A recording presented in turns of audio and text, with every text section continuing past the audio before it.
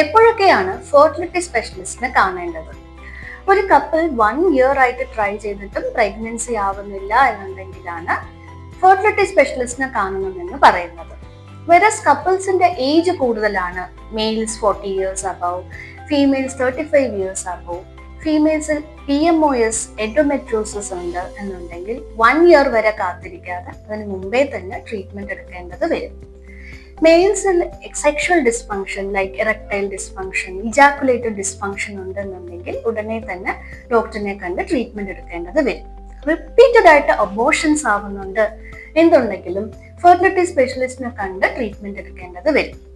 Any of the partners cancer diagnosed ആണ്, ട്രീറ്റ്മെന്റിന് മുന്നേ സ്പേം പ്രിസർവേഷൻ അല്ലെങ്കിൽ എഗ് പ്രിസർവേഷൻ ഫെസിലിറ്റീസും അവൈലബിൾ ആണ്. So that they can plan their pregnancy later on.